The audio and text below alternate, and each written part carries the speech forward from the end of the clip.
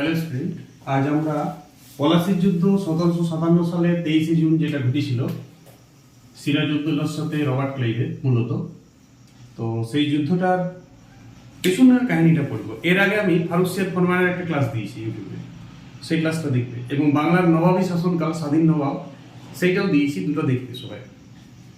এই ক্লাসটা খুব ইম্পর্টেন্ট ইতিহাসের জন্য, ইতিহাসের একটা মোড় ঘুরবে। এইটা যদি না হইতো, পলাশির যুদ্ধের ফলাফল যদি অন্যরকম হইতো, তাহলে ভারতবর্ষের ইতিহাসটা অন্যরকম হইতো। আজকে ভারতবর্ষ ইংরেজ শাসন হইতেই নেই, এবং ভারতবর্ষের ইতিহাসটা ভালো হইতো কি খারাপ হইতো সেটা মানে সমালোচনা সাপেক্ষ, যার যেমন যুক্তি। নবজাগরণ তো আসতো না, ইংরেজরা অনেক কিছু কাজ করেছে 1800 সালে, সেটা পরে বুঝে যাবে। তো এখন আমরা পলাশি যুদ্ধ বুঝতে গেলে আমরা বুঝতে হবে যে মুর্শিদ কুলি খাঁ 1710 সাল, তখন তদানীন্তন এইটা ভারতবর্ষ বোঝার চেষ্টা করতে হবে, পাকিস্তান সমেত। এটা তো তখন ছোট ছোট অনেক রাজ্য ছিল স্বাধীন, নিচের দিকে সাউথের মহারাষ্ট্র স্বাধীন ছিল, হ্যাঁ, তামিলনাড়ুর যে রাজ্যগুলো তখন স্বাধীন ছিল। দিল্লির সম্রাট ঔরঙ্গজেব এতটুকু জায়গা প্রায় দখল করেছিল, কাশ্মীর বাদ, প্রায় এতটুকু জায়গা আন্ডারে নিয়ে চলে এসেছিল পুরো। এবার কি দ্বারা শাসন করতো দিল্লির সম্রাট? দিল্লির তো সুলতান ছিল ঔরঙ্গজেব, লাস্ট বাবার হইল আবার 1700 সালে ঔরঙ্গজেব রাজা। ও বিভিন্ন জায়গায় নবাব দিক নিয়েছিল, নবাবরাদের কাছে ট্যাক্স দিত সুলতান, নবাবরা মুখ্যমন্ত্রী টাইপের, সুলতানরা ছিল প্রধানমন্ত্রীর মতন, আজকের দিনের প্রধানমন্ত্রী, নবাবরা ছিল সেদিনের মুখ্যমন্ত্রী। নবাবরা ট্যাক্স নিত, ওইখানে তহসিলদার রাখত, বিভিন্ন ধরনের পরবর্তী কর্মচারী রাখত, জমিদার রাখত, জমিদাররা ডাইরেক্ট জমির মালিক ছিল, এবং তারা প্রজা দিয়ে চাষ করাতো এবং খাজনা আদায় করতো। সেই খাজনা তহসিলদার থেকে চলে যেত নবাবের কাজ, নবাব থেকে নবাব কিছু রাখতো, সেটা চলে যেত দিল্লির সুলতানের কাজ। এই সেভাবে সিস্টেম সুলতানি সাম্রাজ্য, এই মুঘল সাম্রাজ্য বাদশাহ সাম্রাজ্য ছিল। সুলতানি বলে মানে বাদশাহ সাম্রাজ্য, সুলতানি যুদ্ধ তার আগে। এইটা শুরু হয়েছিল 1526 সাল থেকে, বাবর থেকে শুরু করে 1707 মূলত। কিন্তু 1707-এর পরেও দিল্লির মানে মুঘল সাম্রাজ্য উঠে যায়নি। ফারুক সিয়াদ ছিল 10 নম্বর সম্রাট, যিনি 13 থেকে 19 সাল তক ছিল, 1713 থেকে 1719। ঠিক তেমনি 1754 থেকে 59, খুব ধ্যান দিতে হবে, 59 এই সময় ছিল দ্বিতীয় আলমগীর।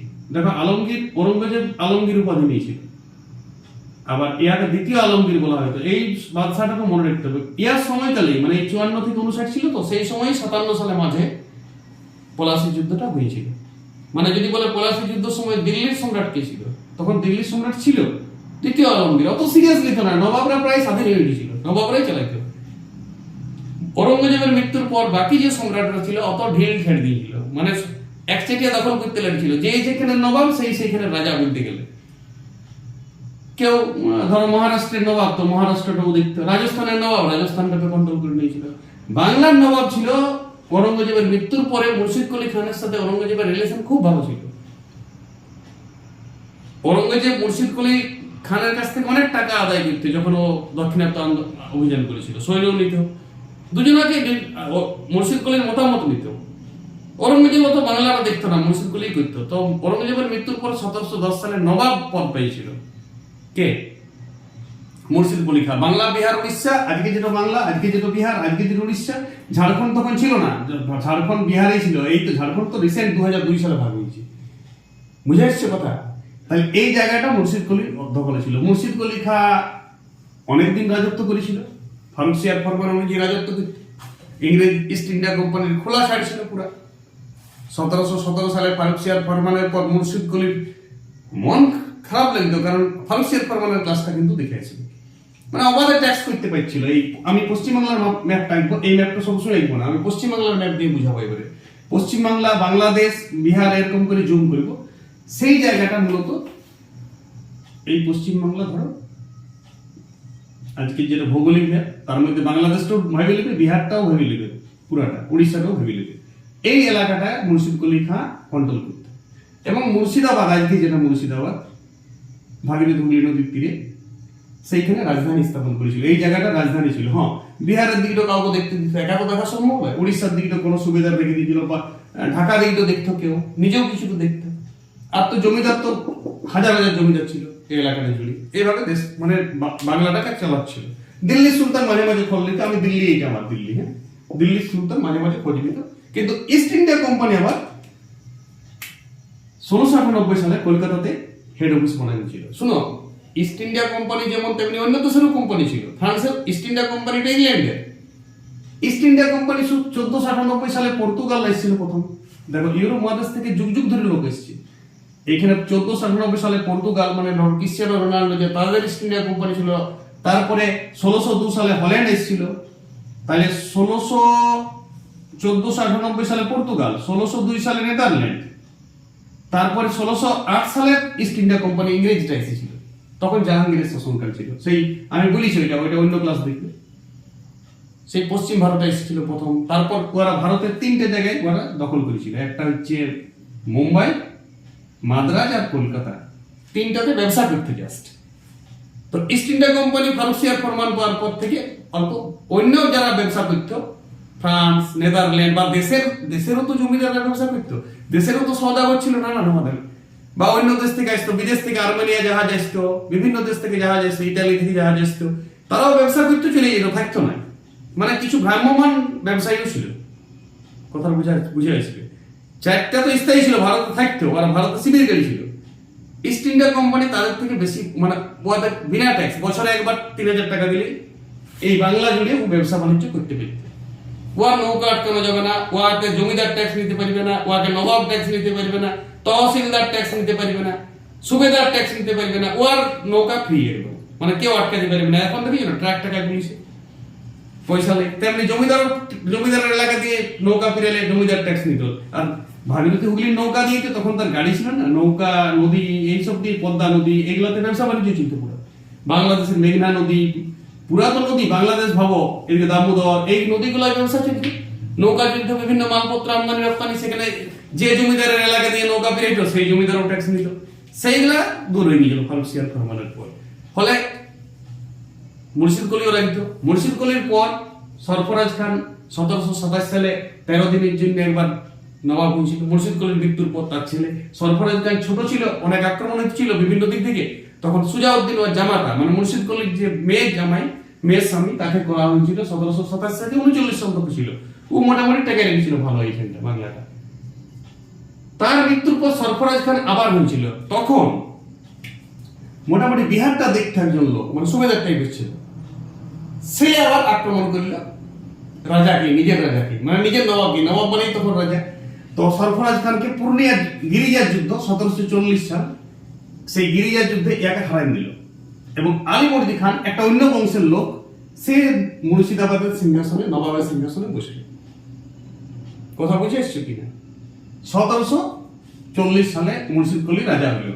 মুর্শিদ কলি খান বেশ ভালোই টাইম ছিল, কিন্তু মুর্শিদ কলির খানের সঙ্গে মাঝে মাঝে ইস্ট ইন্ডিয়া কোম্পানি অলরেডি ওয়ারও হেড অফিস এখন ফোর্ট উইলিয়াম দুর্গ। বুঝে এসছো কিনা কথা? কলকাতার ফোর্ট উইলিয়াম দুর্গ মুর্শিদ কলি খান হেড অফিস, ইংরেজ east India company head office. তারা ব্যবসা বাণিজ্য করছে। আলীবর্দী খান অনেক সময় ট্যাক্স পেতেছিল। আর্মেনিয়া, ও বিদেশ থেকে আরো জাহাজ ঢুকাই। আর্মেনিয়া দেশ থেকে একবার জাহাজ এসেছিল, সেই জাহাজগুলো আবার ইস্ট ইন্ডিয়া কোম্পানি আটকে রেখেছিল। তখন সেইগুলোকে ছাড়ার জন্য ওর সঙ্গে একটা বিবাদ হয়েছিল 1748 সালে। 1748 সালে। তার আগে 1744 সালে আলীবর্দী খাঁ একবার 30 লক্ষ টাকা দাবি করেছিল ইস্ট ইন্ডিয়া কোম্পানির কাছে। আর ইস্ট ইন্ডিয়া কোম্পানি তো ফারুসিয়ার ফরমান করা আছে, 3000 বেশি টাকা দিবে না। সেও টাকাটাকে আগে দেবে। দিল্লির বাদশা কি এক কেনে দিতে যাবে? মানে নবাবের সাথে ওর ডাইরেক্ট কোনো ব্যাপারই ছিল না, স্থানীয় নবাবকে পুষতেই নিল। এইটাতে মনোমালিন্য হইতেছিল। শুনো, শুধুমাত্র ইস্ট ইন্ডিয়া কোম্পানি না, ইস্ট ইন্ডিয়া কোম্পানির নাম করে কিছু কিছু দেশীয় সওদাগর, বিশ্ব বণিকও বিনা ট্যাক্সে নবাবের ব্যবসা বাণিজ্য করতে বাংলাতে। যেটা তো নবাব তো ইস্ট ইন্ডিয়া কোম্পানি বাদ দিয়ে বাকি ব্যবসাদারদের তো ট্যাক্স পাবে গো, সেটাও দিত না। ফলে আলীবর্দী খাঁর সঙ্গে একটু মানে মনোমালিন্য হয়েছিল। এইটা সিরাজউদ্দৌলার নাতি ছিল। এবার এই বংশটা পড়ো। আলীবর্দী খানের ভাই ছিল হাজী আহমেদ। হাজী আহমেদকেও ও কিছুটা দিয়েছিল আলীবর্দী খাঁকে, তুই ওই দিকটা দেখ, বিহার দিকটা দেখ, বিহার উড়িষ্যা দিকটা দেখ। হাজী আহমেদের 3টা ছেলে ছিল। নওয়াজ আলী, যেটা ডাকনাম হোসেন আলী, সৈয়দ আহমেদ এবং জৈনুদ্দিন। আর আলীবর্দী খাঁ যে নবাব, তার আবার ছেলে ছিল না, তার 3 জন মেয়ে ছিল। মেহেরুন্নেসা মানে ঘসেটি বেগম, জয়মুন্নেসা মানে মেজ মেয়ে, আর আমিনা বেগম। আলীবর্দী খাঁ কি করলো, আর ভাইকে বলছে, ওরে আমি তো মেয়ের বিয়া দিয়ে দেবো, তাহলে আমাদের বংশটা অন্য বংশে চলে যাবে, কিন্তু তাহলে তোর ছেলেগুলোর সাথে মানে নিজের কাকার ছেলের সাথে বিয়ে দিয়েছে মেয়েদের। মেহেরুন্নেসার বিয়া মানে নিকাহ বা বিবাহ হয়েছিল নওয়াজ আলীর সাথে, মানে হোসেন আলীর সাথে।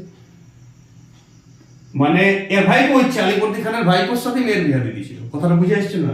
জয়মুন্নেসার বিয়া দিয়েছিল সৈয়দ আহমদ খানের সাথে, আমিনা বিবি বিয়া দিয়েছিল জৈনুদ্দিনের সাথে। মানে 3 ভাইয়ের সাথে 3 মেয়ের নিজের কাকার ছেলেদের সাথে বিয়ে দিল। এই ফলে মেহেরুন্নেসা এবং নওয়াজ আলীর মধ্যে কোনো সন্তান ছিল না। তারাকে ঢাকাতে পরে তহসিলদারটা পদটা দিয়ে দিয়েছিল আলীবর্দী খান, যে ঢাকা দিতে তুমি দেখো। কথা বুঝে এসছে? কিন্তু ইয়ার কোনো সন্তান ছিল না। আর আমিনা বেগমকে নবাবী পদের, মানে আমিনা বেগম এবং জৈনুদ্দিনের 2 ছেলে, সিরাজউদ্দৌলা আর একরাজউদ্দৌলাকে মির্জা মেহেদিও বলে অনেকে। তো একরাজউদ্দৌলাকে কম বয়সে ঘসিটি বেগমের কোনো ছেলে ছিল না, মানে ওর মাসির, ঢাকার মাসির কাছে চলে গেছিল, কিন্তু 9 বছর বয়সে মারা গেছিল বসন্ত রোগে। সিরাজউদ্দৌলা দাদুর সাথে পুরা থাকতো, মানে আলীবর্দী খাঁর সাথে, মামাতো দাদুর সাথে থাকতো। এবং ওর সাথে সাথে 17 বছর বয়স থেকে বিভিন্ন যুদ্ধ ছোট ছোট যুদ্ধ, যেটা কেউ ট্যাক্স দিত না, দেখতে যেত, জোর করে আদায় করতো, মানে একটা বীর ভাব এসে গেছিল। নবাবের অনেক কাজ শিখে গেছিল 17 বছর বয়স থেকে। 5-6 বছর দাদুর সাথে, এবং খুব বীর ছিল। একটা তলোয়ার ছিল, আর ওই তলোয়ারটা সামনে থেকে কেউ আগাইতে পারত না। মানে ও বীর বিক্রম, এবং একটু ডান পিঠে, কারো কথাও শুনতো না, এই টাইপের একটু মানসিকতা ছিল সিরাজউদ্দৌলা।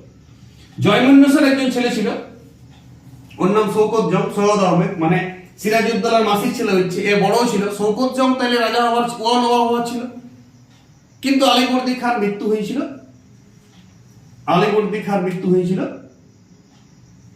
9 এপ্রিল। খুব ইম্পর্টেন্ট, ডেটটা মনে রাখো, 1556 সালে। এইখানে সিরাজ, তুমি বুঝতে পারবে। মৃত্যুর পরে সিরাজউদ্দৌলা 9 এপ্রিল 1756 সাল, 1756 সাল। আমি যদি 1500 বলে ফেলি, চেক করে দেবে, 1700 সালের ঘটনা। রাজা করিল সিরাজউদ্দৌলাকে। তখনও কিন্তু নবাবী স্বীকৃতি আসে না, এই বাদশাহী স্বীকৃতি, মানে ওই যে দ্বিতীয় আলমগীর, যে দিল্লির বাদশাহ তো স্বীকৃতি দিবে। নবাব হইলেও তখনও তো বাদশার ব্যাপার আসছে, বাদশাহ তো প্রধানমন্ত্রী স্বীকৃতি আসে নাই।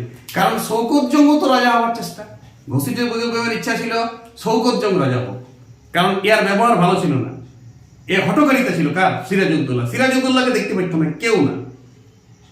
ও রাজকর্ম করে আলীবর্দী খাঁ সেনাপতি ছিল মির্জাফর। সিরাজউদ্দৌলা যখন হলো, তখন মির্জাফরের একটু, মানে দেখো, নবাব পদ না হলেও নবাব চালাইতো সিরাজউদ্দৌলা। স্বীকৃতি আসে নাই তখন দিল্লি থেকে স্বীকৃতি আসে নাই। তার কারণ হচ্ছে এই শৌকত জং দাবিদার ছিল। ফলে দিল্লির বাদশাহ বলছে যে আমি শৌকত জংকে দেবো না, তোমাকে দেবো। তোমার মাসি বলছে শৌকত জংকে দাও, বেশিরভাগ লোক বলছে শৌকত জংকে দাও, মির্জাফরও বলছে শৌকত জংকে দাও। কারণ এই হটকারিতা, ই তো মানে ধাড়ার পারি, যাকে তাকে যা পারে বলে। সেই নেওয়ার কথাটা ওর উপর ক্ষুণ্ণ ছিল সবাই, রাজ পরিবারের বেশিরভাগ লোকই রাজবল্লভ। এইবার শুনো, মেহেরুন্নেসার স্বামী মারা গেছিল নওয়াজ আলী, তখন ও রাজবল্লভের সাথে থাকতো, দেওয়ান ছিল আর কি ঢাকার। তাকে একটা ঘর করে দিয়েছিল মুর্শিদাবাদের পাশে। এই মুর্শিদাবাদের পাশেই মতিঝিল বলে একটা জায়গা ছিল ভাগীরথী নদীর ধারে, সেইখানে একটা ভালো রাজপ্রাসাদ বানিয়ে নিয়েছিল, আলীবর্দী খানই করে দিয়েছিল। এবং ও যে রাজবল্লভ, তার সাথে একটু মানে ভালোবাসা টাইপের হয়ে গেছিল। রাজবল্লভের নিজের ছেলে কৃষ্ণদাস, এটা ঘসেটি বেগমের ছেলে না, নিজের ছেলে কৃষ্ণদাস, এইটাও দেখেছিল সিরাজউদ্দৌলা রাজা হওয়ার পর। 9 এপ্রিল রাজা হয়েছে 1756। এই রাজা হওয়ার পর, নবাব পদ পাওয়ার পর, ও মাসিকে আগে অ্যাটাক করেছে মে মাসে। মাসিকে অ্যাটাক করেছে কত সালে? 10 মে। মাসিকে মতিঝিল থেকে নিয়ে এসে নিজের মুর্শিদাবাদের রাজপ্রাসাদে নজরবন্দি করে রেখে দিয়েছিল, আর ওই রাজবল্লভকেও রেখেছিল। তখন রাজবল্লভ জানতো যে আমাকে সিরাজ মানিবে না, সিরাজ হটকারীদের লোক বটে, ওর বিরুদ্ধে যারা চক্রান্ত করছে, ওকে রাজা হবার পারমিশন দিচ্ছে না দিল্লি থেকে। এই ঘসেটি বেগমই তো, ইয়ারাই তো পারমিশন দিচ্ছে না। তখন ও ঘসেটি বেগমকে আক্রমণ করেছে, এবং ঘসেটি বেগম মাসি বটে, যত জেলে তো রাখতে পারবেন না, কারাগারে তো রাখতে পারবেন না, তখন ঘরেই গৃহবন্দী করে রেখে দিয়েছিল, মানে লোক তাকাই দেখতে, কোনো প্ল্যান যেমন না করতে পারে ওর নেই।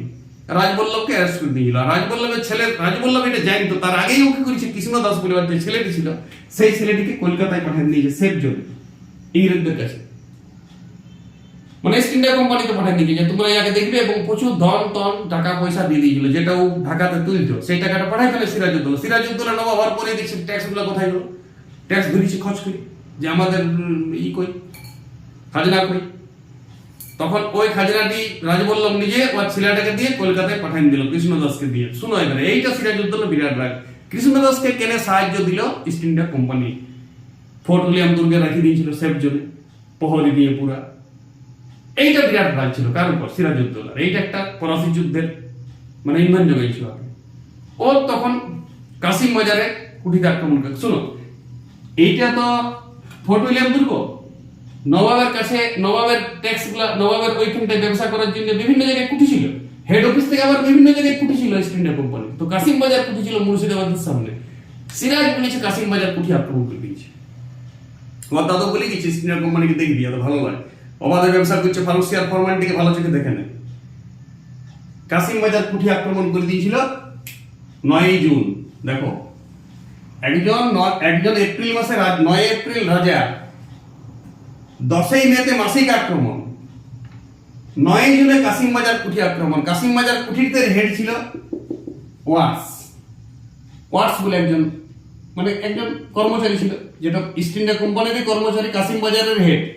সেই ওয়াটসকে অ্যারেস্ট করে নিয়ে চলে এসেছিল, সঙ্গে ওয়ারেন হেস্টিং ছিল ওয়াটসের মানে সহযোগী, তার ছেলে মেয়ে বউকে অ্যারেস্ট করে নিয়ে চলে এসেছিল। অ্যারেস্ট মানে কি, বন্দি করে নিয়ে জেলে পুরে দিয়েছে, গারদে পুরে দিয়েছে মুর্শিদাবাদের। সেখানে আমিনা এবং লুৎফা, সিরাজউদ্দৌলার বইয়ের নাম ছিল লুৎফা, এবং আমিনা ওর মা নিজে, তারা বারণ করেছিল, পরে ওরাকে ছেড়েও দিয়েছিল। এরকম ঘটকারিতা ছিল। এই কাসিম বাজার অ্যাটাকটাকেও ফোর্ট উইলিয়াম কিন্তু ভালো চোখে দেখে নাই। ফোর্ট উইলিয়াম দুর্গের যারা ইস্ট ইন্ডিয়া কোম্পানির হেড অফিসার ড্রেক সাহেব, সেটা ভালো করে দেখে নাই। তখনই এবার ড্রেক সাহেবকে চিঠি করেছিল যে ওই কৃষ্ণদাসকে আমাকে লাগবে, কৃষ্ণদাসকে দাও এমপি।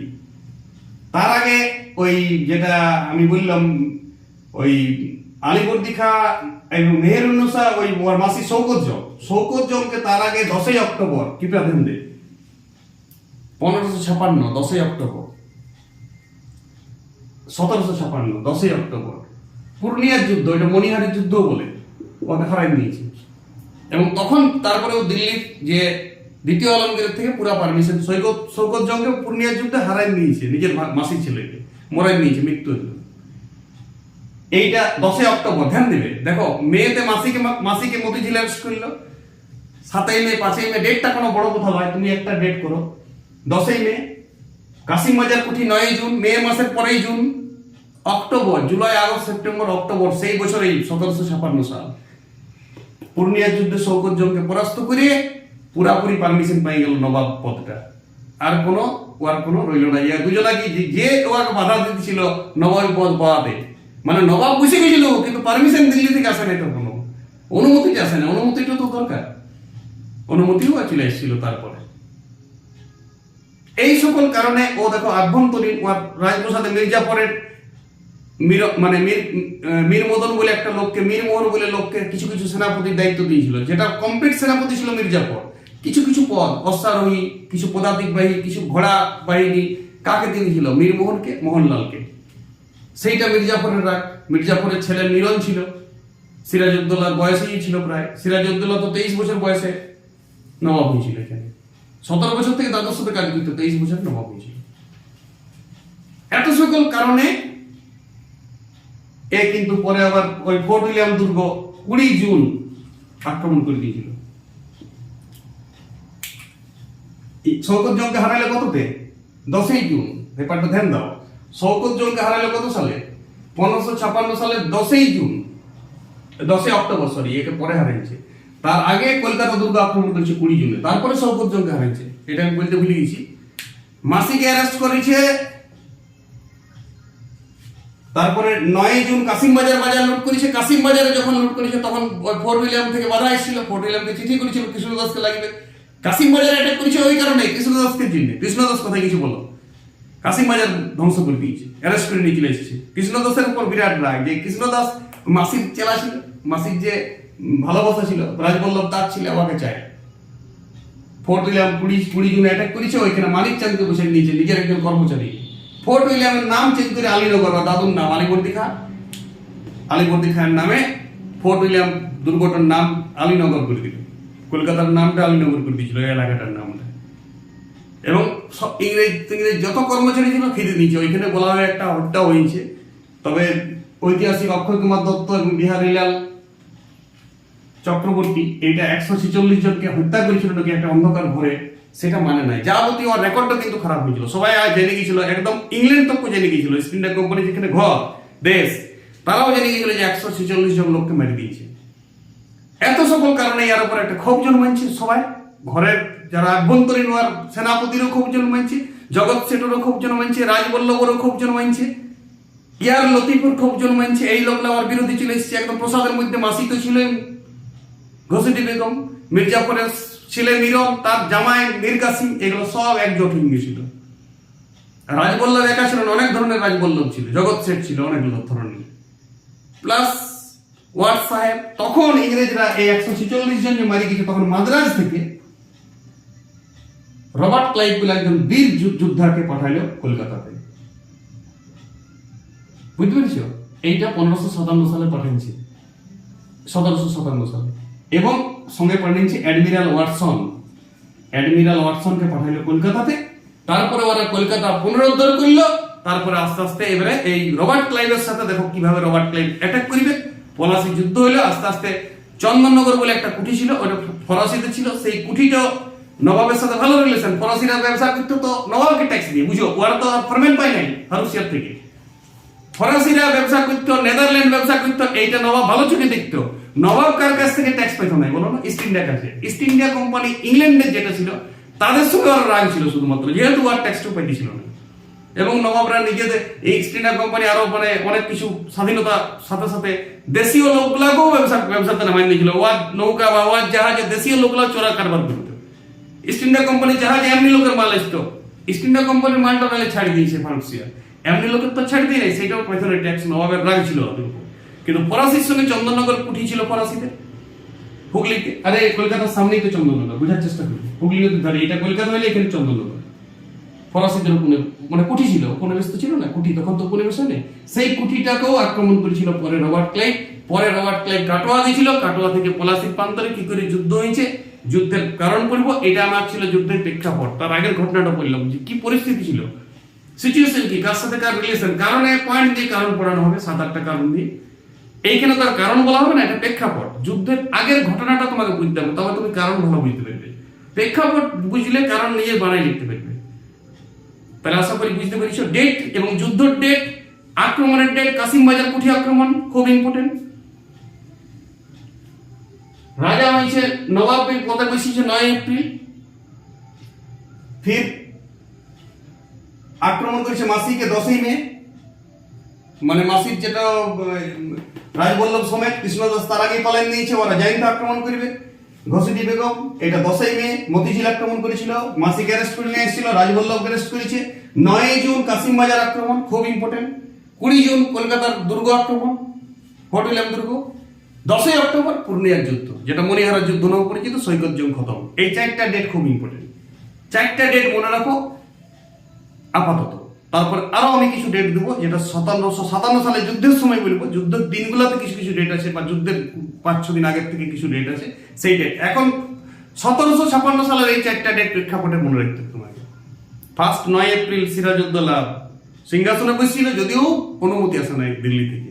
অনুমতি না আসার কারণ শেয়ার ছিল, কে রাজা নিজে জোর করে বসেছিল, বা ওর দাদুও বলে গেছিল ঠিক আছে মানছি, কিন্তু তো ছোট মেয়ের ছেলে, মেজো মেয়ের ছেলে তো শৌকত জং ছিল, পাইতেছিল না তো। শৌকত জংকে 10ই অক্টোবরে ফিনিশ 1556 সাল। তার আগে মাসি যে টেক্স করছিল, মাসিকে 10ই মে অ্যারেস্ট, মাসিকে গৃহবন্দী, মাসির যে ভালোবাসার পাত্র রাজবল্লভকে অ্যারেস্ট। রাজবল্লভের ছিল ডরে পলাইছে কলকাতা। ইস্ট ইন্ডিয়া কোম্পানির সঙ্গে এমনিতেই দাদুর আমল থেকে একটি রাগ ছিল, বলেছি। বা দাদু আলীবর্দী খারও মনোবলিন্য ছিল, ট্যাক্স পাইতো নাই তো, নবাব ট্যাক্স পাইতো। ফারুসিয়ার ফরমানটাই হচ্ছে মূল কারণ পলাশি যুদ্ধে, সেইটাই মেন রাগ। এটা সেটার থেকেই এরা অপব্যবহার করেছিল ইস্ট ইন্ডিয়া কোম্পানি। যে শর্তগুলো ছিল তার থেকে বেশি ফ্যাসিলিটি, শর্তগুলোর থেকেও বেশি ব্যবসা বাণিজ্য করার সিস্টেমে। ও তো নিজের শর্ত ঠিক আছে ইস্ট ইন্ডিয়া কোম্পানি, তার সাথে সাথে গোপনে গোপনে বললাম তো চোরা কারবারি করতো। মহাজন দেশীয় সৌদাগরও ব্যবসা করতো ইস্ট ইন্ডিয়া কোম্পানির নাম করে বাদে। এইটা ইস্ট ইন্ডিয়া কোম্পানি ওরাকে ছাড়ি দিয়েছিল। যে আমার সব কর না তোরা, আমরা যে আমাদের যা যাই হোক তোদের মাল, কিন্তু এরকম ভাবে হয়েছিল ব্যাপারটা। যাই হোক, প্রেক্ষাপট কিন্তু ভালো করে একটা প্যারাগ্রাফ করে লিখবে, 4টা ডেট 4টা সাল খুব ইম্পর্টেন্ট বলেছি আমি এখানে। আর বাকি ঘটনাটা গোটাই মনে রাখো, একটা ঘটনা একটা কাহিনী আকারে মনে রাখতে হবে এটা। নেক্সট ক্লাসে আমি পলাশী যুদ্ধের কারণ দেবো। ওকে।